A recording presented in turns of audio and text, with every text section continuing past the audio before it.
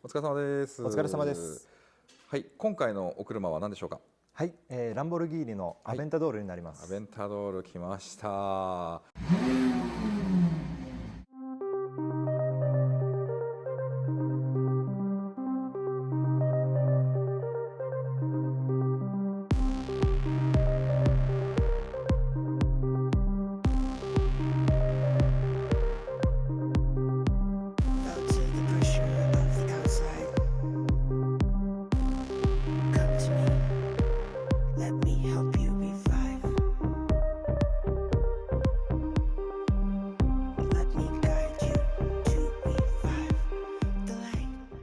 僕生で見たの初めてです。はい、すごい迫力あります、ね、この距離で。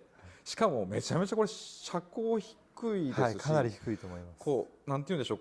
こう回ってくると、はい、めちゃめちゃ下なんですね。こう座ってるところも、はい、こう地を這うような、はいはい、感じだと思うんですけど、はい、この車の今回の施工メニューは何になりますか。今回はですね、はい、コズミックハイブリッドの3層、撥水型のコーティングです。はい、施工させていただきました。あ、なるほどですね。はい、3層だとやっぱあれですか、艶もそうですね、かなり出る感じですか。そうです。セラミックが入ることによって、はい、深みのある艶感に仕上がったと思います。ああ、なるほどですね。はい、なんか苦労した点あります？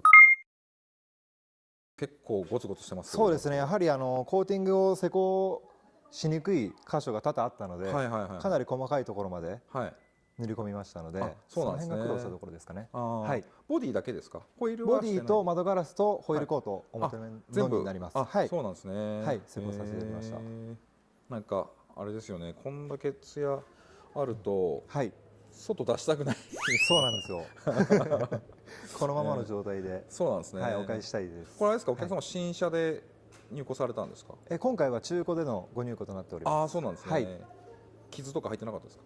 かなり傷多かったので、ああ、やっぱそうなんですね。はい、細かなところまで折って、はい、しっかりと磨き下処理を行いましたので、じゃあやっぱ綺麗に磨いて、はい、でも綺麗な状態にして、はい、かなり深みのあるこの3層のコーティングで仕上げたと、そうです、いうことですね。はい、なるほど。